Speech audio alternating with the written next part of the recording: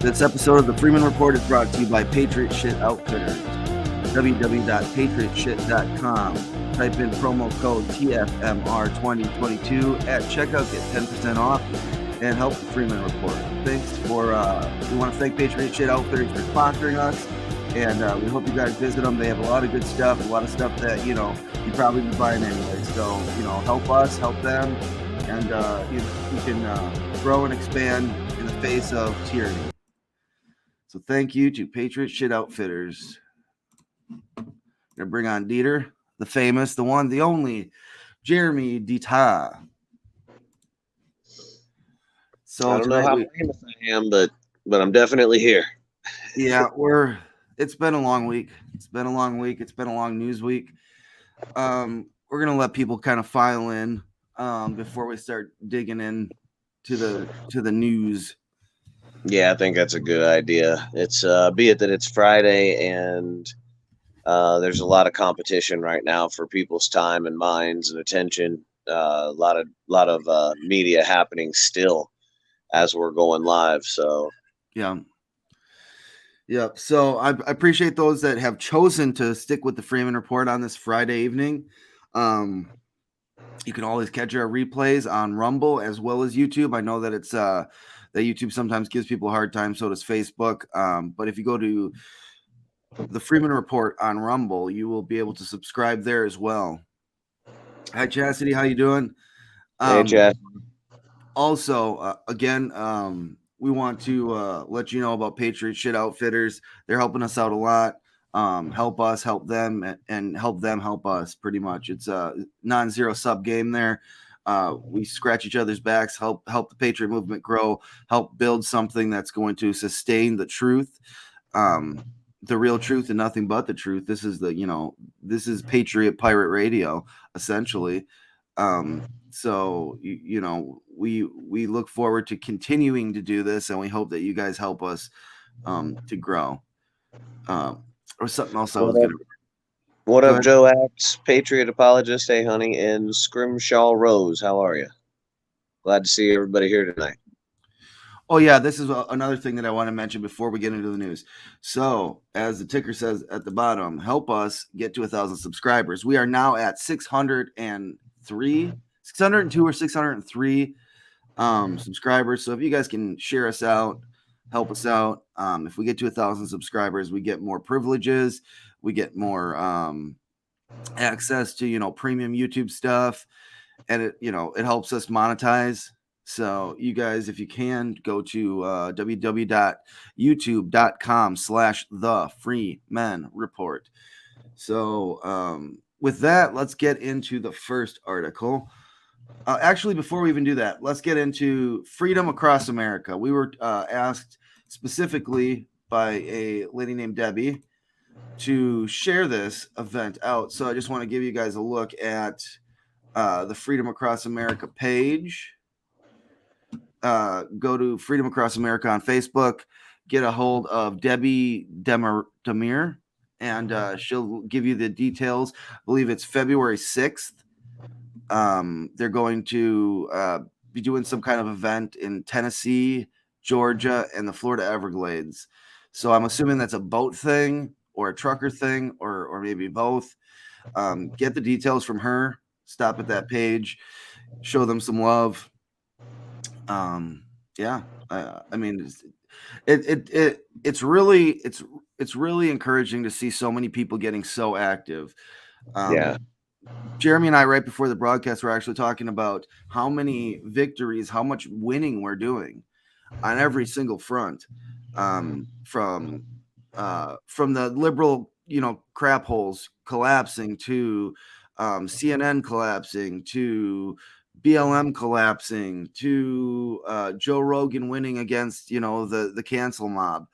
We're winning across the board, and I think that's what we've chosen in our articles to show is essentially all the victories that we're winning, because we need that morale. I think that's good, but I also don't want us to get lulled into a sense of okay, we're winning, so we don't have to do anything. We have to continue to fight. We have to continue to hold the line, continue to press onward. Just like in the movie The Patriot, right at the end when he's got the flag and they're charging. You know, it's time to run into that breach and continue to chase the redcoats all the way back to wherever the hell they came from. So, any you want to say anything before we get into the first article here, Jeremy? No, I think you got it covered pretty well, man. I appreciate Calvin Robinson and Carolyn Daniel and Rosemarie McGuire Oldies all joining us tonight. Really appreciate you guys being here. So this first one here is gonna be, I mean, it's a bit of a laugh. It's funny. It would be lighthearted except for the fact that recently in Los Angeles, a young woman was working retail when she texted her friend saying that there was somebody in the store that she just didn't feel right about, and this African American man ended up killing her for no reason, for absolutely no reason. And this is what the LAPD is doing, though. So let me just read the article to you here. LAPD officers fired for catching a Snorlax instead of a burglar denied appeal. Squad car recordings caught the officers playing Pokemon Go instead of responding to a request for backup. 2 LAPD officers who were fired from their jobs in 2017 for playing Pokemon Go while on duty have had their appeal for reinstatement denied by a California judge. The officer squad car video camera showed the 2 officers, Luis Lozano and Eric Mitchell, ignored a request for backup to play the game. According to court documents, the pair were stationed near a robbery in progress, and after responding officers put out a call for backup, Lozano and Mitchell seemingly ignored the call and left the area. When asked later why they hadn't responded to the call, the 2 officers said they were in a loud area and couldn't hear the radio. Lozano and Mitchell's supervisor was skeptical of their explanation and checked the in-car recording system, commonly known as a dash cam, which revealed that the 2 had heard the call and chose to go elsewhere as they didn't want to help. The supervisor reported the incident, which opened a formal investigation. According to court filings, an extensive review of the in-car video system revealed that shortly after leaving the scene of the robbery, the 2 officers could be heard discussing Pokemon Go, including a Snorlax that had appeared and the best route to intercept and catch it. For approximately the 20 minutes, the in-car video system captured petitioners discussing Pokemon Go as they drove to different locations where the virtual creatures apparently appeared on their mobile phones. When confronted, the officers denied they were playing Pokemon Go and said they were just having a conversation. They tried to appeal on the grounds that the in-vehicle recordings were not meant to be used to monitor officers' private conversations, but a judge ruled that premise was flawed and denied the appeal. These people are idiots. These people are real idiots. And this doesn't, I thought this article had some of the other details, but it doesn't. Some of the other details are in the car recording, they actually hear one of the officers say, "This Snorlax is fighting the shit out of me," because they literally drove to where these non-existent mythical monsters were. So if you don't know what Pokemon Go is, essentially when you get Pokemon Go, on your map of your city, it'll say where these little different Pokemon are at. And you go there and then you look with your phone and you can see them through your phone because the camera looks and like puts up a digital image of a Pokemon, and then you have to fight it and catch it.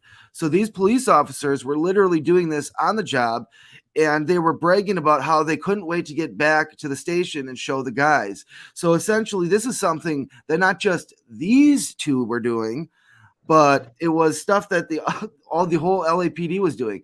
So instead of going and responding to a robbery, they were responding to catching a fake Pokemon on a fake game. Jeez, I mean that is just holy shit! Like that is dumb. That's like what's that? What was that? Those cop movies where like Police Academy. That's like Police Academy stupid. Like this is just like a freaking zany, wacky little like Reno 911. Jeez. Super Troopers. Something like that. Yeah, so they it sounds like they were legitimately playing Pokemon. And here's the thing, we have to really try to put ourselves in their shoes. They are full-fledged officers, and they hear that there's a robbery in progress and that they're chasing the suspect. This is the reason they got that job. And they are, for whatever reason, I would imagine, so jaded by their job, so disenfranchised, and or for whatever reasons, unwilling to perform their job, that they are more interested in leaving that area and playing this game, and you can't convince me that the game itself is that addicting. I do not believe that. I believe that they are at that point. There's a larger driving force, and I bet they're not alone. I bet that it's not just LA County. I bet that you find this in 2022 everywhere in the nation. This same type, especially now with all of the things that have happened since now, and when this article says that this originally happened in 2017. So the police know that the city councils don't have their backs, mayors, governors don't have their backs in a lot of states, and their job has been politicized. It's if you're a white cop and somebody that's black commits a crime, uh, a lot of times they're being told to stand down. They're not allowed to do their job. They Yeah. may have to wait for a black officer. So we're hearing this everywhere, and when Well, they know their job is politicized like that, they'll sit back and they'll be like, "Fine, I'm not doing anything." yeah. And the other thing that I was going to say is this is LA. And in Milwaukee, I know they had the same kind of thing starting where they weren't hiring police based on their skills as police, but on whether they were gay or a lesbian or transgender or black or Asian or whatever, whatever identity they wanted to get a quota on. You know what I mean? They didn't. And that's the thing about this identity thing is they treat people, instead of treating people on their individual merits, they treat them as a bunch of apples or a bunch of oranges, like a quota. Like, we need to get this many apples and this many oranges and this many kiwi fruits and this many stuff, whatever. And so they don't treat people like people. They don't judge people on merits. Your skin color is your merit. Your sexual orientation is your merit. And I think long-term practices like that have rotted the LAPD out from the inside. I think that's one of the problems.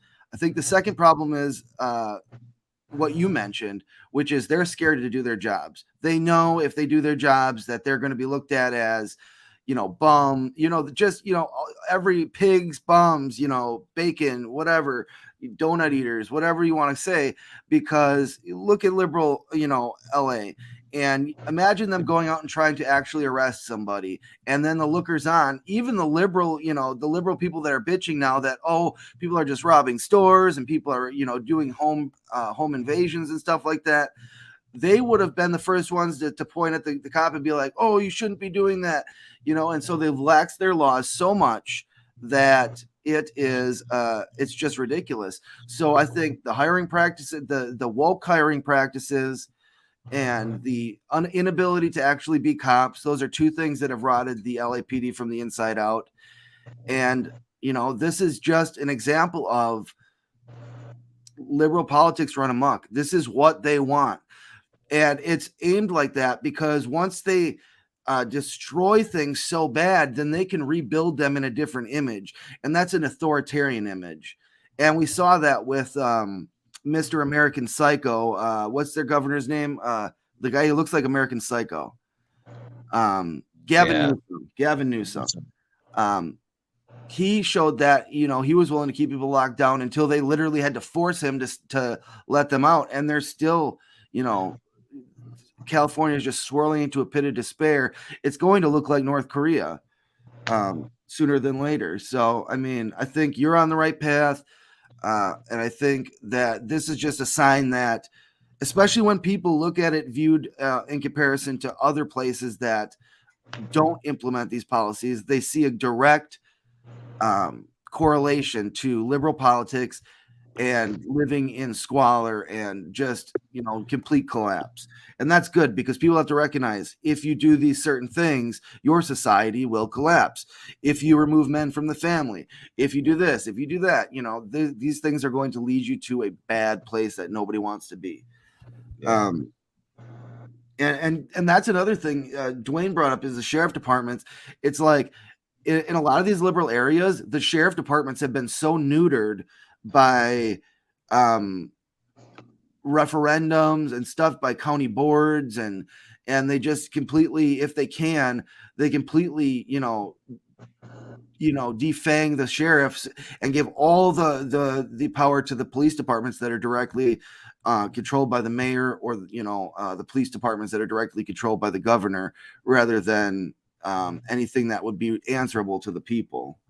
So we tried, as the rest of the nation, tried to warn California with their 3-strike rule. Told them that it was a blatant violation of everybody's natural and civil rights. They were backed by such large, big money interest that no one could get through to them.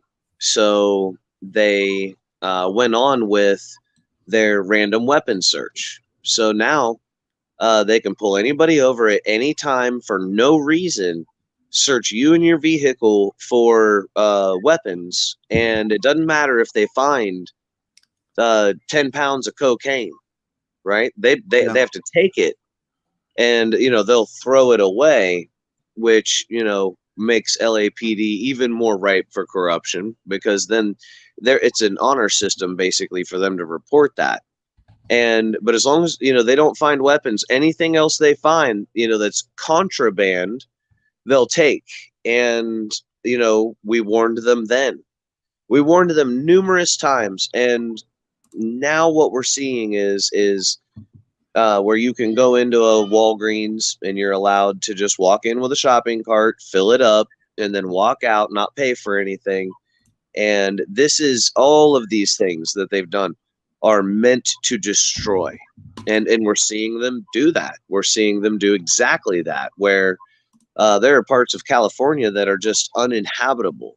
Yeah. And now it's not the whole state or anything like that. It's not a zombie apocalypse out there, but unfortunately, vast areas all the way up into Sacramento, across over to Oakland, these are places that are dangerous, very dangerous. And you are not allowed to try to introduce anything in any of their cities that is anything other than the Democrat narrative. Because if you do, they'll use every dirty tactic to get rid of you. They'll smear your name, and all of a sudden, you're a racist and this, that, and the other. They're and they play by different rules out there. So everything gets really dirty. This is how you had elected and appointed officials warning illegal immigrants that we know were a lot of them were in gangs, which was how they got the word to them that ICE was coming. And nobody was ever really held accountable. They play by their own rules out there. It's very dirty. And the Democrats, once again, because they were the ones espousing these positions, while Republicans standing on the outside of California, which was as close as they could get, were the ones saying, listen, this is a bad idea. It's anti-constitutional. It's anti-natural rights, and it's just a horrible idea. And it's immoral and unethical and illegal. And they didn't listen. And here we are. Would your friend or your enemy do that to you? Exactly. And that, I mean, and just to answer that, your enemy. I mean, I would definitely say your enemy. And so, leading out of that, I want to talk about a story we don't have an article for, but it leads into the next article. It's just a small anecdote. Lori Lightfoot, everybody knows, America's favorite Beetlejuice mayor. She's close to where I'm at. She's in Illinois. She's the mayor of Chicago. She is embroiled in a scandal where apparently she went to a Rolex or expensive watch place or something, either a car or watch place. I have to find the actual article, but apparently she was asking them to essentially just give her something, and say that it fell off the truck. I mean, she's just openly, just open corruption. And this has always been Chicago. I mean, literally three Chicago mayors in a row have been arrested. Or is it? It's either 3 Illinois governors or 3 Chicago mayors in a row have been sent to prison after their terms. I have to look that up as well, but it's well known corrupt. Mayor Daley, they were deep with the mob and all that stuff. So it's a long line of corruption. They don't even try to hide it in Illinois. But Lori Lightfoot is being so bad that she actually has her own people tattling on her for doing this kind of stuff. And so that leads me into this next article, if I can bring it up real quick for everybody, which will surprise no one, but it's definitely shocking still. So Democrat Governor J.B. Pritzker caught giving COVID funds to BLM. So let me just give this a quick read. I might not read the whole thing. I'm just gonna try to skim the more meaningful points. So Dems are now funneling taxpayer money to BLM. Illinois Governor J.B. Pritzker was caught funneling $300,000 in federal COVID funds to a BLM chapter in his state. And I was telling people this, and on a side note, before I get farther into this, I was telling people that the government was funding this. The feds were doing Overwatch, and I really believe giving tactics help to these groups. And BLM bought like those little trikes where it has the 2 wheels in the front and the 1 wheel in the back. They were buying all these fancy little things, and they're buying crotch rockets off this money that Governor Pritzker gave them, so that they had a couple guys that would ride the crotch rockets and this trike thing, and they'd run scouting, and it was like these kids were given money and they were given tactics help. And there were a lot of guys in these groups that weren't your normal Antifa. They were squared away people who had real training. So I had been stating this for a long time, and this is just more evidence that I was right, that they got money.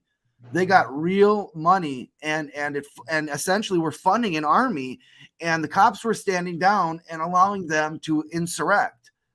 So we talk about January 6th, like this is the real insurrection. Yeah. So they were given. Yeah. Go ahead. If the context was if anybody missed it, what this article says and what it explains is that in 2022, as you sit here, there's blatant evidence that in America, the sitting governing body funded domestic terrorists that tore up 23 American cities. And this is just a small part, $300,000 of taxpayer money, of your wealth. All right, your money. Well, and here's something. Go ahead. Sorry. That was handed over to BLM so that they could tear up the cities, right? And that's just 300,000 of their 60 million. Yeah. This has happened. This is real. This is betrayal. This is insurrection. This is obviously illegal, immoral, unethical, and evil. And it's happening to you right now. Now, do you think that in Chicago, that's the only city that this happened in? Do you think that's the only place in this nation where an elected official made sure that as a political party, as a governmental political party, they were funding the attack in a city? Well, if there were 23 cities and you're in one of them, or in one of the states that has at least one of those cities, then for damn sure you had at the very least back then, and probably still now, had sellout politicians that are the blatant enemies of your nation. Yep. This article proves your government funding your enemies, and these are domestic terrorists. These are actual domestic terrorists that we saw on the news catching buildings on fire, and they were funded by your wealth. Yep. And this wasn't just affecting Illinois, because Illinois is they have that pretty locked down under the left. You know where this money was spent? It was spent in Madison, Wisconsin. I know because I saw them. I was there. I saw them with my own eyes and would testify to the fact. And I would think that Kyle Rittenhouse should have a real good case against J.B. Pritzker, because if it wasn't for J.B. Pritzker, these people would not have invaded Kenosha. They wouldn't have had the money. They wouldn't have had the resources. They wouldn't have had the transport to get that many people into Kenosha. So essentially what we have is the Republic of Illinois commencing a war against its neighbors. That's exactly what this is. They're funding a group that was commencing in war against Wisconsin, war against the other republics around it. So this is obviously something that they had a big they had a big plan with this. And it's so bad that even that the BLM has completely stopped fundraising. And even California, which we have another article after this, California has come out against Black Lives Matter. It's that bad. They don't even the address of where the person who was handling the money for BLM was, there's no house. It was completely a fake address. There was nobody knows who was handling the money. Everybody's just looking at each other like, oh, nobody, I don't know. I thought you knew. Did you know? I didn't know. Who knew? Because this leads back directly to the FBI, directly to the DNC, directly to the DOJ. Keep pulling the threads, because this is what this is, and I've been investigating this for a long time, and I've lived this stuff.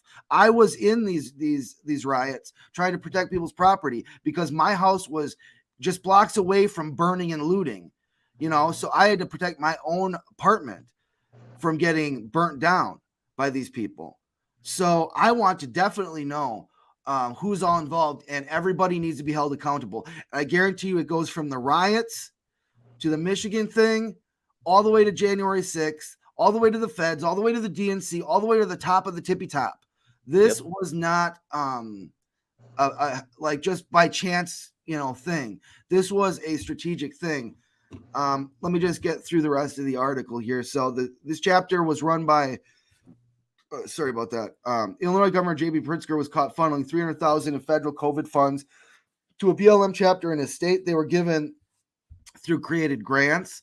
This chapter was run by Clyde McClemore, who in early 2021 was arrested for felony battery of a police officer, kicking the door in at the courthouse and threatening violence towards the police officer. Illinois Democratic Governor J.B. Pritzker. That's just pretty much it's a really short article that was just pretty much restating the same thing. But now let's go to the second article about Black Lives Matter, where the California AG labeled Black Lives Matter labeled delinquent by California AG over murky finances. So they are so even this liberal hellhole is like, this is bad enough for us to have to say something about it, because they wouldn't say anything if they didn't have to.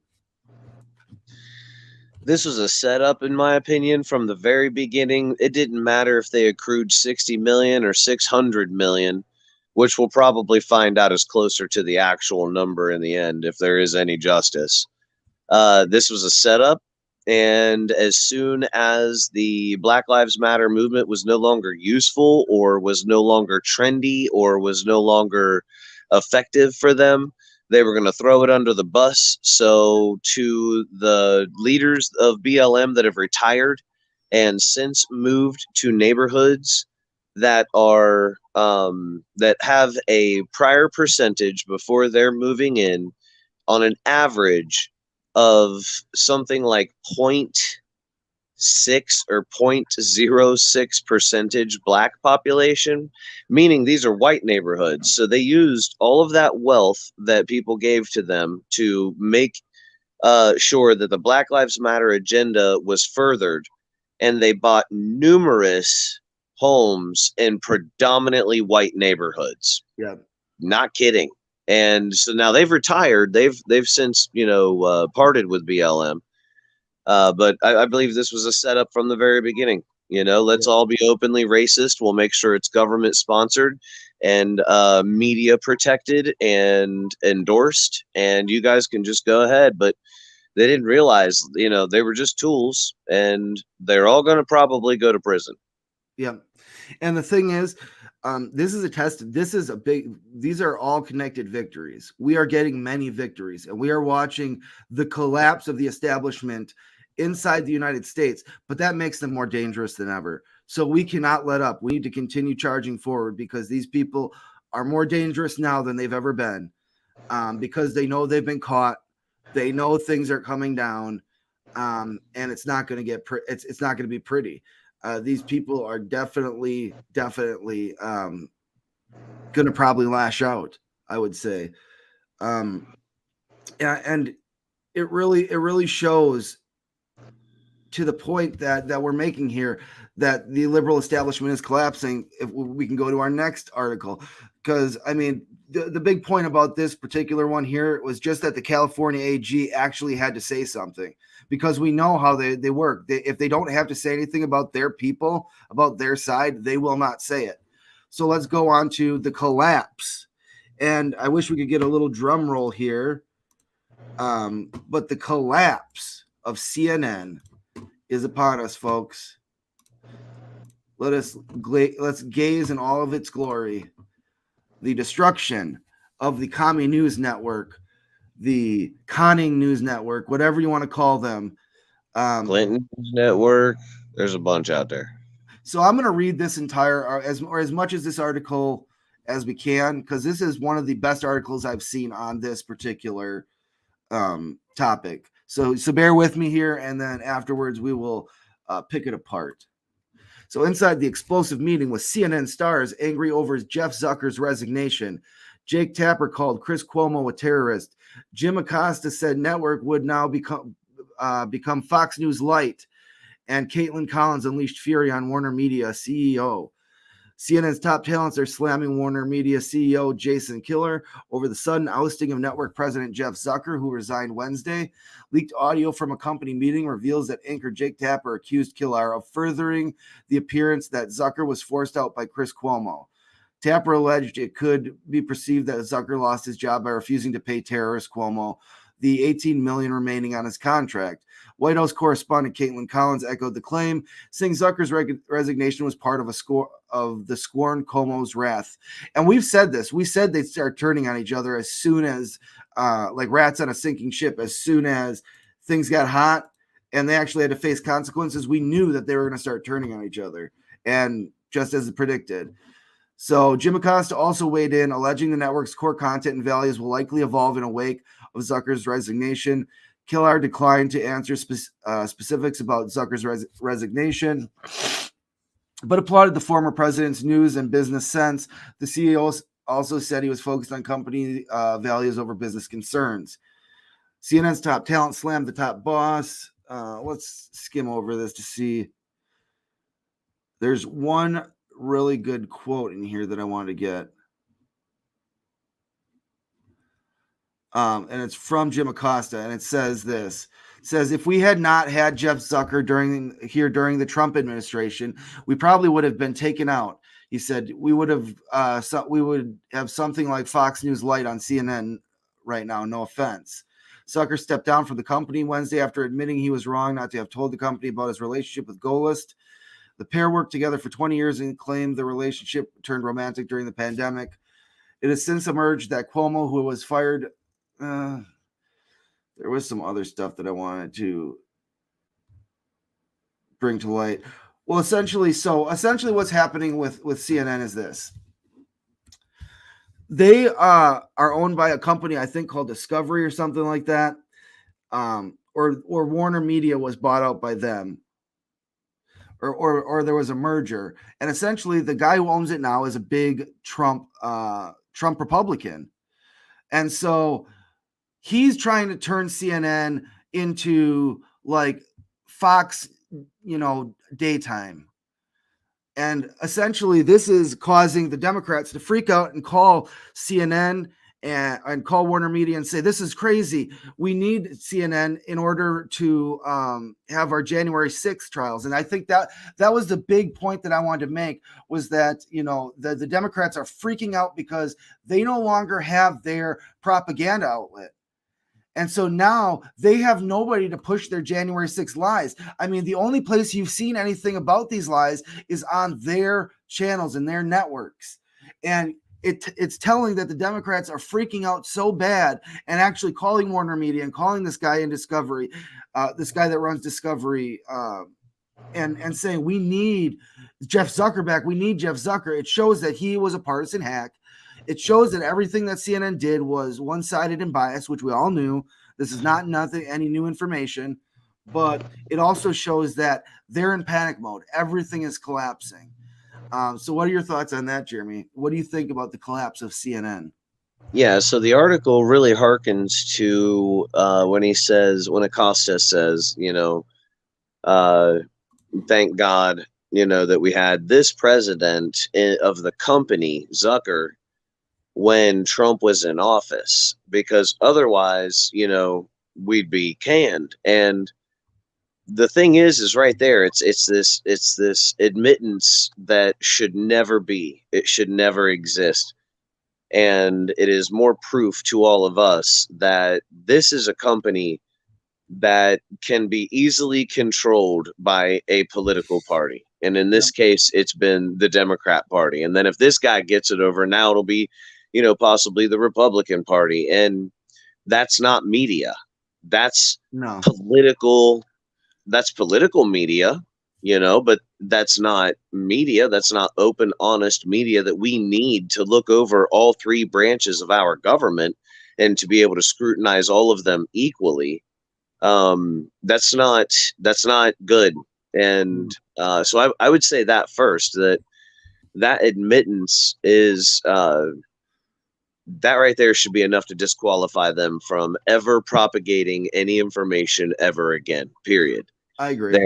They disqualify themselves as a media company. And I don't care if they do what Fox News did and go into court and be declared an entertainment company that is therefore under no obligation to tell any truth at any time, no matter what they say. So, this is why we have outlets that are not in the news, in television, that are dominating over all of them, because we know, and we tapped out and we tuned out, and we said, fine, if all you're going to do is lie, then we're going to get the hell up on out of here, and you're going to have to play in the hotel lobbies, because we're not doing this. And that leads right into Spotify's Joe Rogan problem isn't going away. And this is going to happen when you see cancel culture canceling itself, canceling each other, right? Zucker is part of the cancel culture, right? You're talking about the head, the president of CNN. Yeah. He can make anything on that television show he wants to be there on that channel. And he destroyed shows that they had that were getting high ratings, and he destroyed them and turned CNN into a laughing stock. Oh yeah, when he interviewed that Dr. Sanjay Gupta, I mean, it was over for CNN, and they were dead. They were just too stupid to fall down. Yeah, and so they get dominated, by Joe Rogan, who now let me get this straight, okay? I want to point this out first, and this will segue into our next one. But people on the left can say whatever they want. They will not be held accountable in the same way as anybody who isn't aligned with them. And the thing is these lefties, these anti-American globalists, they refuse to recognize who's even on their side. They don't realize how liberal Joe Rogan really is, and that they have been the ones that have been pushing him away into looking kind of like Timcast, kind of like all these shows that you see right now that are getting ratings. You see them all being pushed further and further and further away from the left. Yep. And Joe Rogan, you have to figure the guy has been in Hollywood his whole life, right? He's either been in the comedy show Newsweek or Newsroom. Then he was a Fear Factor guy. All of this taking place, being filmed in Hollywood. He's been permeated with it his whole life. It's the only thing that he knows. gangs and gay people and drugs and everything, and because that comes with the Hollywood life. And he then he goes out to Vegas, and it's a little bit different, but a lot of the same.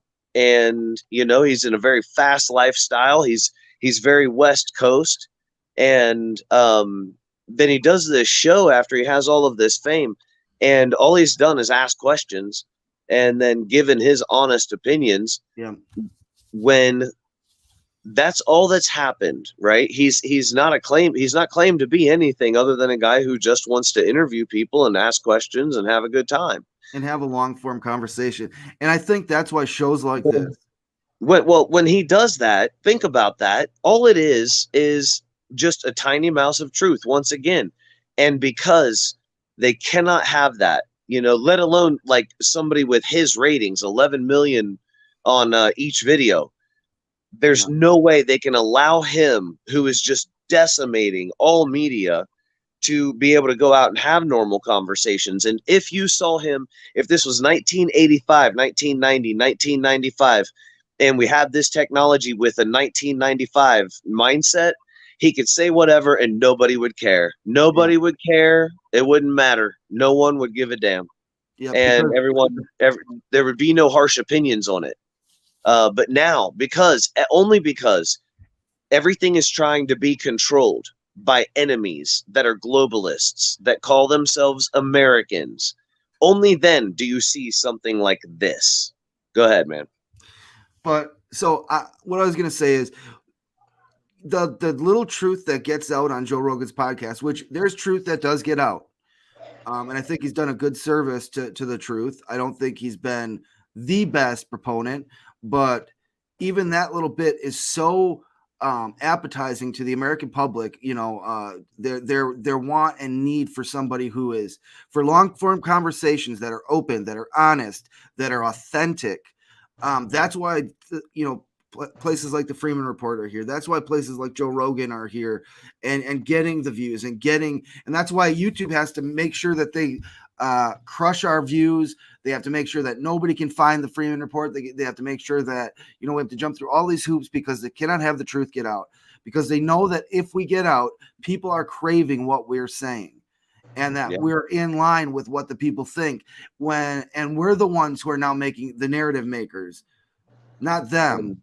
And Joe isn't on YouTube like he was because he's being broadcast out of Spotify. And Spotify has seen some of their, not many, but some of their the talkers that they have that are like little public personalities here and there, like I am in Columbus, but they probably have broader audiences. And these are a lot of the Black Power movement and pro-Black, anti-white movement. Yeah. And they're canceling themselves off of Spotify. And this is how much they believe in a cancel culture to their own detriment. They'll even cancel themselves, and so Spotify may end up, if we ever get to a point where we may end up going there as well. Yeah. And so, and that's the thing is we show these people are so hateful, so angry, so spiteful that they think, and they're this way because they think the world revolves around them. They think that nobody can survive without them. They think they're the majority, and they think if they leave the platform that somebody's going to actually care. Nobody cares, and they're finding out that they're not as great as they thought they were, and that nobody really gives a crap about what they say or who they are or what they've done, because they haven't done anything authentic. They haven't given anything authentic. And Tim Dillon did a great show on this. He's a funny guy. I don't agree with all his politics, but he did the show on this where he talks about how Hollywood, he lived in Hollywood culture, and he sees how the Hollywood elite just don't get it. They literally have been raised to always be PC, always. They've never had any impassioned feelings, never had any impassioned beliefs. They just always want to be comfortable, and they've always been fed the right lines. And now they find it hard to like silent film actors had a hard time going to talkies. same thing with Hollywood Now, where they're having a hard time going to the podcast forum because nobody wants to hear their opinions. They find it hard to be authentic. They find it hard to be real. They're just intolerable people in real life, you know? And so people, when they do try to do that, they completely show their ass to everybody, and people see, okay, this is the reason that I don't want to, see these people anymore. I don't want to deal with them. They're not, they are not the new way. We're the new way. The people are the new way, and we're making it so that people have a lot more options and they don't have to listen to the tripe that they're fed. And so this makes the establishment angry. And so that's going to lead us into our last segment here, where essentially Joe Rogan has been accused of saying the N-word. And there's a montage going around, but you can clearly see that everything is out of context, and it's being pushed because the Spotify thing isn't working. You know what I mean? And so we're going to be using this. It's from the damage report. We don't own any of this. It's going to be used under fair use, just so everybody knows. But I'm going to play this, and you'll see they are trying really hard to cancel this guy. Go ahead. The kind of weak character, the very immature, the very childish type of character assassinations that they have to resort to, like middle schoolers. This is something you would do in the 7th grade, to try to make somebody look horrible. And this is not just the act of taking everything out of context. It's the purposeful, malicious intent to try to harm somebody who's, again, worked very hard to be where they are. And because they're doing so well, who would have thought that somebody who really speaks more so like common people would own the narrative today, own the American narrative. More people watching him than anybody. Who would have thought that? Yet there he is. So this character assassination attempt should not be a shock to anybody who's been paying attention. Exactly. So I'm going to play this real quick. Yes, saying the word. I already said is just like saying she's calling you like this boy that he's starts calling them word. There should be a word like, especially like the word that's he says guy, and they're saying to use the word out the word he couldn't say.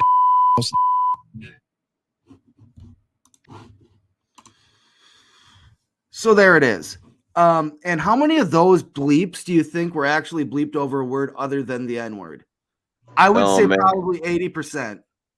Yeah, you cannot assume honesty in those bleeps.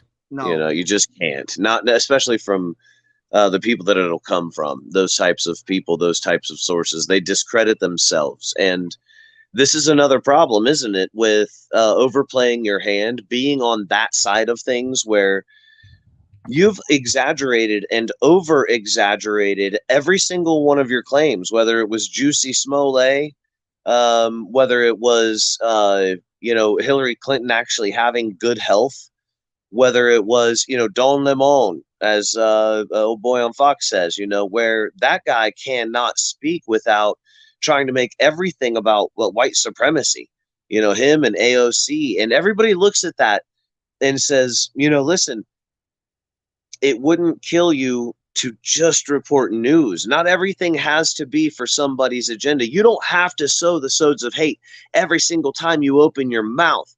But obviously, you're bought and sold by somebody, and it's somebody that hates this nation, that is trying to get the people to hate itself. It's obvious. It's not just in front of the Americans, but in front of the whole world. The rest of the world watches that, and they go, good God, I was wrong about America. Never mind. We're changing our vacation plans. You know what I mean? Like, we're never, ever going to visit that place. Once they see our televisions and watch our news, they see how bad it is here, that we're going through the modern version of what Europe went through about 100 years ago. And, they understand it. They get it. And, they're a lot of them are trying to extend helping hands, but they're all going through their own struggles with their governments right now again. And this is very much on purpose. You do not do this to people through mass media unless it is a solid attempt to do so very purposefully, so that you can own all narratives. And we know historically where this leads. Americans are not the people with this high level of education. We're not. We have a high level of inundation, and it's a shame. It's more than a shame. But we do understand, because of where it is that we come from, that we know that governments are not to be trusted, not to be relied on, except to be crooked. That they're people, and they're given way too much power. And this is why the people should put that person in the seat. The seat should call for the person, not the person calling for the seat, saying, well, I'm, so and so, what's his face, and I'm want to be your next governor, and all this. No, a community is supposed to come together and say, all right, who do we think will be a good governor? Who do we trust in our communities? You're on the east side. Who do you think's good out there? You're on the south side. Who do you think's good out there? And we're going to put these four, sides together, and everyone's going to have their candidate. And then we're going to put them up there on the podiums, and we're going to have them talk it out. And, we're going to see who we think are the best. And that's the way it was supposed to be in a constitutional republic that has a voting system that is democratic with an electoral college. That's how that's supposed to work. At no point in time was majority supposed to rule anything, and we're not a democracy. All of these continual lies have made us more than sick. And when the headlines just continually repeat a theme, that proves to us that we've been betrayed, and that this good nation that has plenty more good people in it. Not everybody's addicted to drugs. Not everybody's a criminal politician. Not everybody's in the CIA bringing the drugs in. We are good people. We are. And we know what it is to be good people. We know what it is to work hard. We know what it is to love our families. We know what it is to be honest. And when we look around, that's not what we see. And we know what that is too. That's a lie. And we refuse to live this lie with these criminals.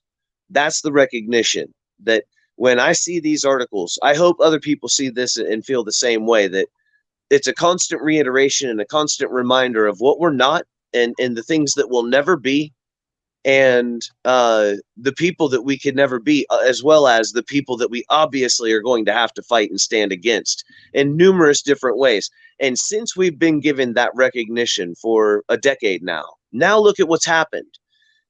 They full-fledged pushed defund the police movement while they were burning down the cities. Not a good idea. Not a good idea. That didn't work well for them.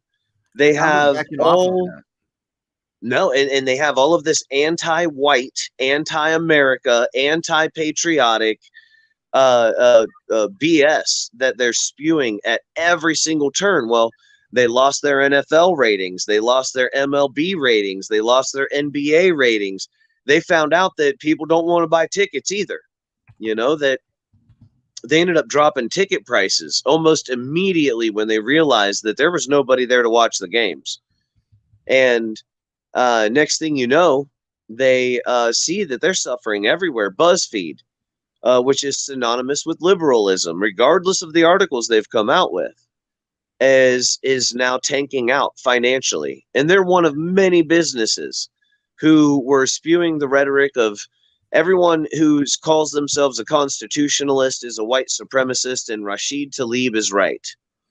AOC is right. All of them are correct when they say that the male patriarchy is the problem with America, and America is not such a great place to live. And it is if you're a white male, and there's systemic racism, and everybody hates me, and blah, blah, blah, blah, blah, blah, blah, blah, blah. All of their sowing the seeds of hatred are blowing up in their face, and we remained poised, but we stood. We went out when it was hot. We went out when it was cold.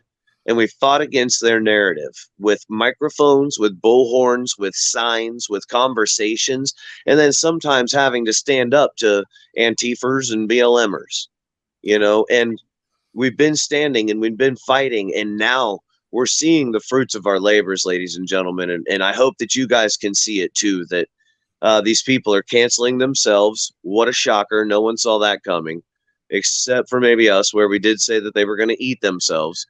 BLM is being dissolved financially and being put under investigation. CNN looks like, that they're having it, a changing of the guard. And who knows if they're playing games, but we hope to see all major media fail. We hope to see them all fail. None of them deserve to be there. All of them have betrayed the American people's trust. They've all tried to harm us. They've all had an agenda. They've all tried to push us. We just want media, and if we can't have honest media, then we won't have any at all. But this is a churning of a tide. Yeah. And we hope that you guys will remember that this weekend as the next week goes on, that you're living in a very interesting time where humans believe that they can push masses of people on a global agenda in all first world countries, and that we were just going to go along with what they said because they scared us. And they're starting to see that after all their years of trying to use fear, that we're doing more than just being angry people coming together and voicing our anger. And we have more than one strategy too. I think they thought that we were going to have just the hammer nail mentality where if all the only tool we have is a hammer, everything looks like a nail. And they thought that we were going to go out when they rioted, and they didn't think we would hold the line and be poised. They thought we were going to lose our cool and go on shooting sprees and this and that, because that's the way they would react. They see it because that's the way they would react. They understand only violence. And I want everybody to recognize the victories that we've had and recognize how much more of a dangerous position we're in, because we've done all the work, because we're turning the tide, because of all this. They're in a bad position, and quietly the ATF has started going after trigger manufacturers and people that just have pieces of metal. They're going to go after anything and everything. They're going specifically after the 3D printing, specifically after the homemade gun building. They are going to quietly change rules. They're going to use all their powers under the USC, under the reorganization plans, to any power that they have at their disposal, they're going to use to try to make us criminals and arrest us before we can fully expose them. So we have to stay vigilant, because Joe Biden, that's why Joe Biden spoke out on the Second Amendment. They know it's not popular to be anti-gun. He knows it's not popular to be anti-gun, but they have to be anti-gun because they're tyrants and because of the people that are funding them. Yeah. So perspective for me there is the bureau that you fund when you go to work, when you pay taxes, your money, that a bureau that you fund, you buy the arms, you buy the guns, you buy the tear gas, you buy the outfits, you buy the trucks, the fancy trucks that say SWAT and all that, you buy those too. And this one is the Bureau of the Alcohol, Tobacco, and Firearms, and they have been granted somewhere in a back room the permissions and authority to be able to redefine words as it is to law. And now they are going and arresting people. They are going and going into large businesses that sell guns, that manufacture guns, that have schools where they teach people how to clean guns, all the way to building guns, all the way to firing guns. The ATF is taking it upon themselves, on their own authority, supposedly, to go and do this now. So the ATF has also been showing up at gun shows and reminding owners of these businesses to do not do this, do not do this, do not do this, do not do this. So you make up the level of nefariousness that you think is happening there. I believe that there's a lot of people that see this betrayal. I believe there are ATF organizations that are going to take part in those raids, and that there are ATF organizations that are going to have problems with it. Ones that are flat out, they won't do it. But these bureaus, these Federal Bureau of Investigation, this Alcohol, Tobacco, and Firearms, the Drug Enforcement Agency, all of them need to be cleansed and resorted. These people have for far too long been violating everybody's rights based on authority that they never had. And they could only purvey if they were willing to violate every single tenet that we hold dear in our nation. They took an oath, but to what, we don't know anymore. We have no idea, because we see them, we hear that they took an oath, but then we see them violate it. So was their oath, was it something that we're unaware of? Did you know that there's a Bill of Rights that are specifically for police officers? They have their own Bill of Rights. How much have you looked into these things, and how much can you, without looking into these things, believe that the betrayal goes across the board, that it's in numerous different industries, and it has been meant to pervert your nation from beginning to end, so that there was no true recollection of how you could get it back to good if you ever tried. And if we can even entertain that possibility, then the problem, and you see how big that it is. And I appreciate everybody for standing, for what's better. And I know there's a lot of people here with us that join us in this crowd that are people who have stood. So, including you, Thomas. So thank you to all of you. And another point I want to bring up is there's a lot of us who have been, fighting for gun rights for a long time, including myself. And there's a big responsibility on our shoulders to make sure that these people that are newly getting into guns, because there's a lot of people, I mean, like I said, gun control is very unpopular right now because a lot more people are buying guns. But we don't have time to wait for them to wake up to what the Second Amendment really means. It has to mean that, yes, the Second Amendment means that individuals can own nuclear weapons. It has to be absolute, because it's either absolute or it's not non-binding at all. You can either have it one way or the other. You cannot have it in the middle. It does not work, because if it doesn't mean that an individual can own everything that the government can, then the basic point of the Second Amendment is moot. If the government can regulate guns, or because essentially what guns and arms and armor are force multipliers. They are force. They are what we use to protect ourselves. And government is a monopoly on force. And so if we allow them to have a monopoly on the force that we're able to use, it's just never going to work. It's never going to work. It's either all or nothing. And so we have to teach everyone that shall not be infringed is exactly that. And if you're arguing with somebody who's anti-gun, you don't have to play their games. That you don't have to concede any points. It's not bad. You're not a bad person. You're not an evil person for seeing a school shooting and saying, no, I don't want to live in a world where people couldn't defend themselves in that school.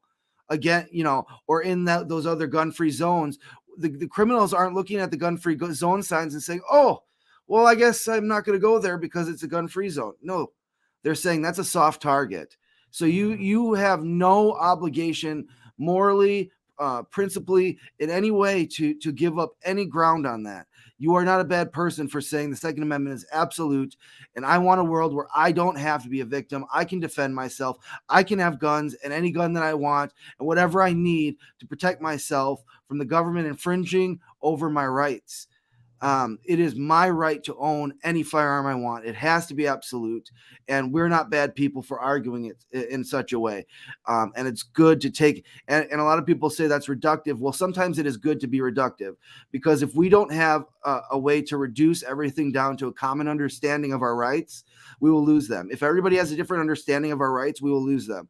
And people are finally realizing that the Second Amendment is important, and that's why we have an obligation. We who have been in the movement for a long time have an obligation to explain to newer people who have just bought guns or just learning about the Constitution, and explain to them that these are absolute rights, and the Second Amendment is absolute, just as freedom of speech is absolute. Up until you harm somebody with your gun, or up until you harm somebody directly with your speech, like telling people to go kill somebody, That's a direct call to violence. So, otherwise, other than that, they're absolute. These are absolute rights, and they only become non-absolute when you infringe on somebody else's right to life, liberty, pursuit of happiness. So yeah, I mean, and people need to strengthen their state constitutions as well when it comes to the Second Amendment. Not everybody has a state constitution that's very strong on the Second Amendment. And I would say too that the Second Amendment being, and this is my take on it, being absolute means that when they try to pigeonhole you into, well, what about convicted felons? I believe the rational answer is to tell them that the Second Amendment says shall not be infringed as a reiterative idea, that an idea that says this has to do with justice. That it cannot just be bad people with guns. That justice says that if this person can be armed, well, so can this person. Whether it's a 120-pound woman and a 250-pound man, they both have that equalizer. And God forbid they ever ran into trouble, there's at least two gun hands right there that are able to defend the situation. And so this is an idea of justice, and following in that same vein of thinking, a convicted felon is no more than somebody who's done their time and got out. So if the problem is that person with a handgun or a shotgun or a rifle of any kind, then you're looking for justice, and that's in the justice system. You're saying that person should not be free. You're not saying essentially that person should not have a gun. You're saying that person should not be free. Otherwise, you're espousing the position of second, third, and fourth class citizenship. And if that's what you're doing, then places like China would be a place that you would absolutely love. They have all kinds of programs to make sure that you're a good citizen, and that way you can maybe get up to that first class status. But until then, you're probably going to be hungry, and don't show anybody that you're cranky, because you'll always stay in the fourth class. And that's what you're advocating for. That's exactly what you're advocating for. So I wouldn't assume to think that someone would advocate for that type of a position. I would assume that people would know, that they would be aware of historically what's been done when people allowed that type of thinking, when second class citizenry was, all of us can have guns except for you because you made a mistake 20 years ago, 10 years ago, 30 years ago, whatever it was. If that person is so bad that they cannot have a firearm, then they should not be in a free society. Yeah. They should not be walking amongst our children. They should not be walking amongst our elderly.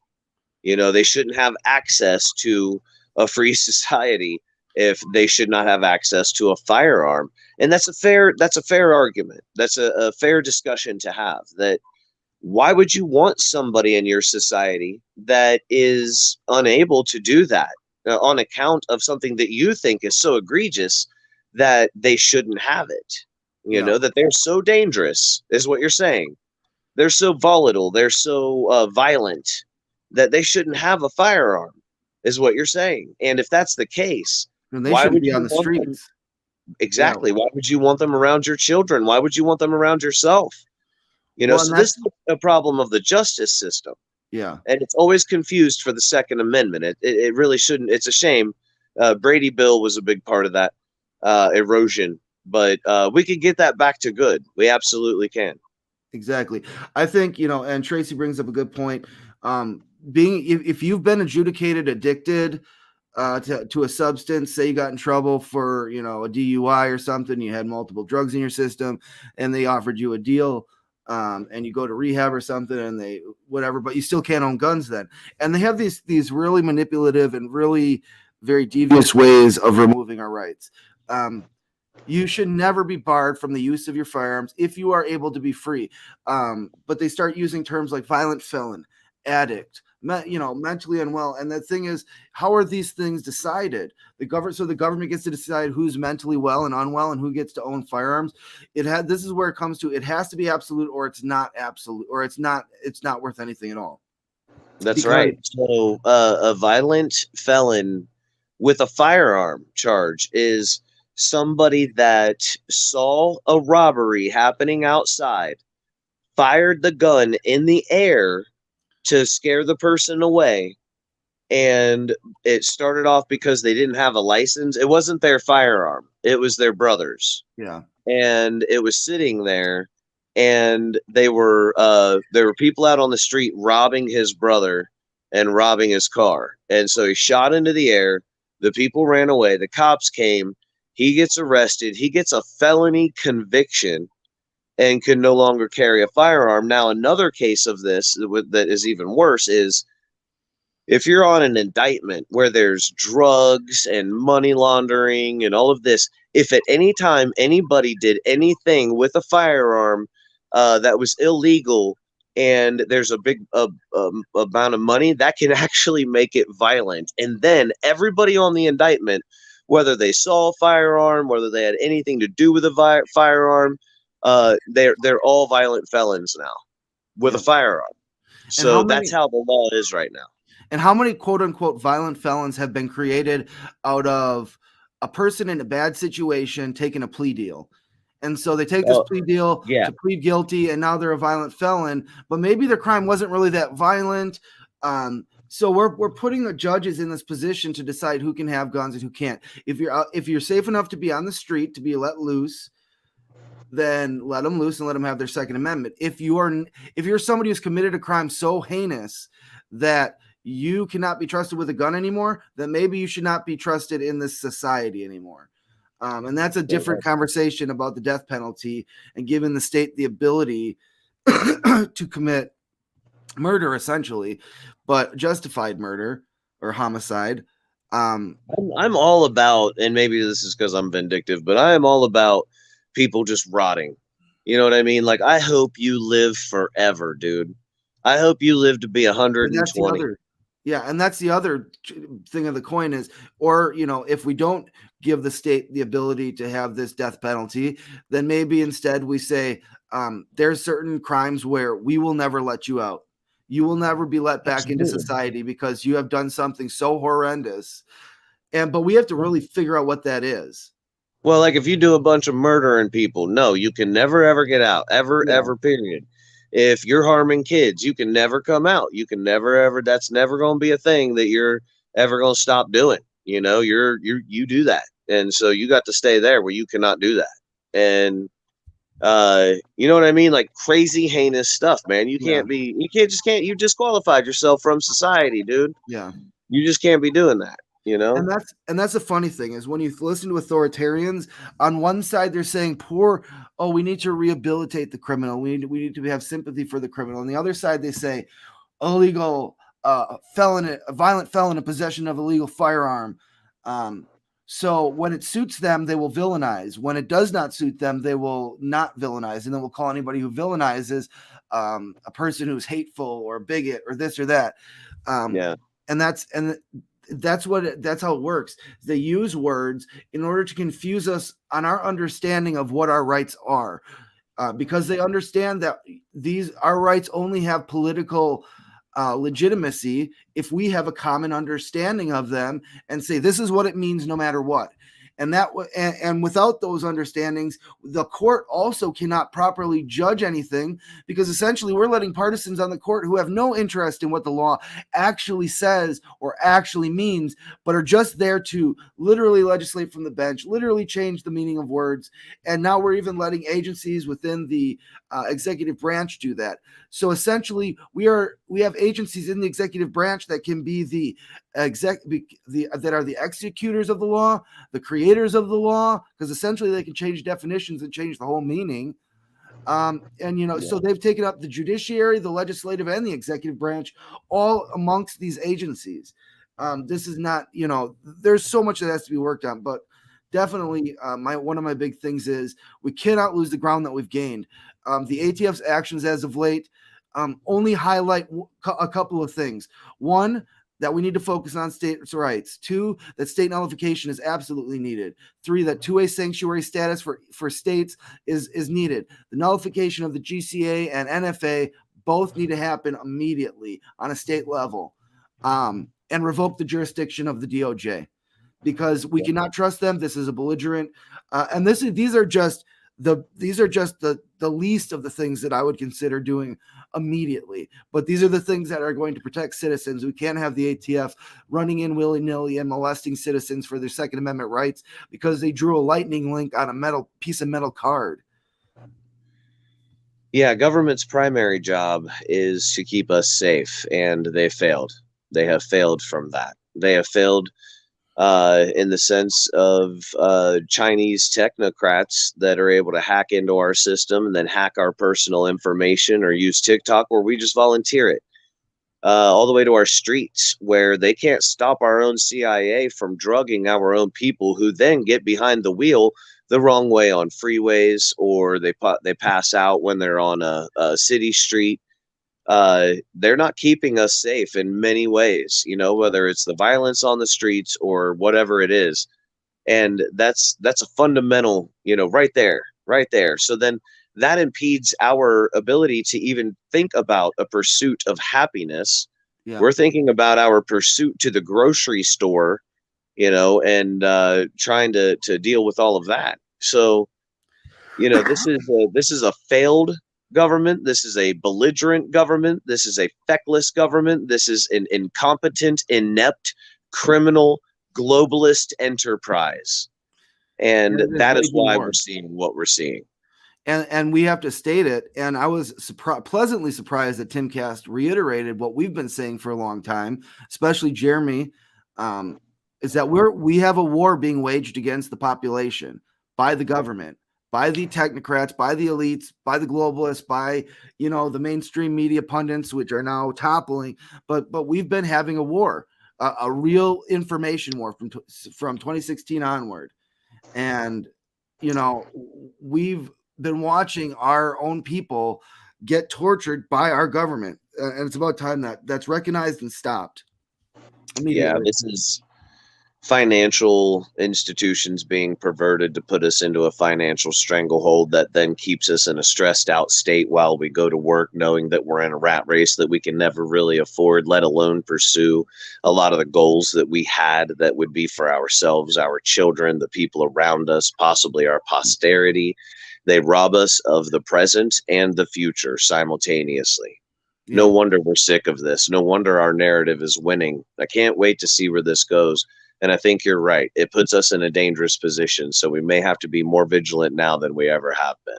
Yep. And especially with what we've been saying this, that people on the, our enemies are essentially turning on each other, turning against everything. They're cornered rats.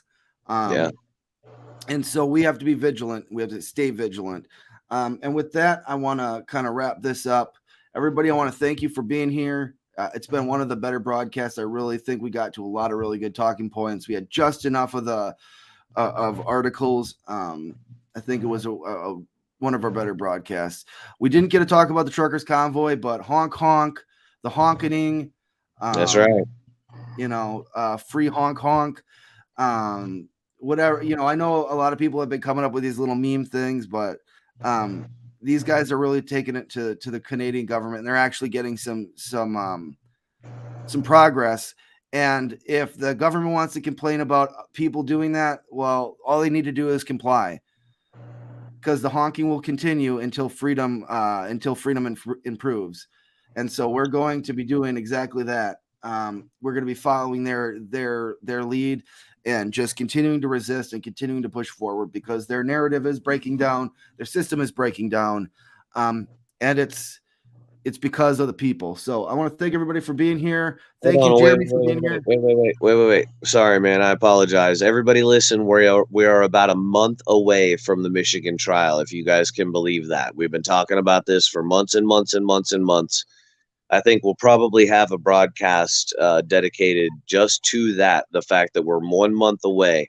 I want to stress to everybody again, if you're somebody that we have not spoken to, that the private investigators haven't spoken into, the defense hasn't spoken to, but you can help this case, then we're asking that you do, because Yeah. we need as many people as we can to come forward. This may be the biggest contribution that you'll ever be able to give to the Patriot community.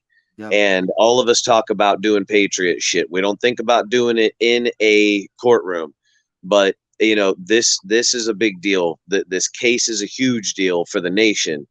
But you could also free these men. And the judge just ruled that the jury will not be allowed to be informed about the 3 FBI agents and their bad behavior, but they are going to allow bringing in the prior criminal history of all of the defendants. So none of the defense motions have gone through, but they are going to allow the prosecution's motion for showing and reading their past criminal offenses in the courtroom. Usually that's reserved for murder cases because it establishes, you know, a behavior of who that person has been leading up to the murder. And they're doing it in this trial. So they're just, it's as dirty as you could possibly imagine. We need prayers. And if you haven't spoken to us or any of the defense attorneys or private investigators, please reach out to us and we'll get you in touch, because these guys need you to be a witness for them. Also, if you are somebody that's involved with this case and the FBI has reached out to you and intimidated you or harassed you or otherwise threatened you, even if they said, you know, even if you did something wrong and they're holding it over your head, that's illegal. They cannot do that. And the only thing keeping them able to do that is your silence. Don't suffer in silence. Reach out to us, reach out to somebody, reach out to any media that'll tell your story, and tell that the FBI is intimidating you, because they are intimidating witnesses across the board. It's a biased court, as you showed. You know, the prosecution gets their motions, the defense doesn't get their motions, but God is on our side. So let every weapon that they manifest against us be turned to their own throats. And let them stumble on every pitfall that they have made for us. In Jesus' name we pray, amen. So I want to thank you guys for being here. You guys have a great weekend. God bless, and we'll see you next Friday, or maybe before then, but definitely next Friday. So thank you. Bye.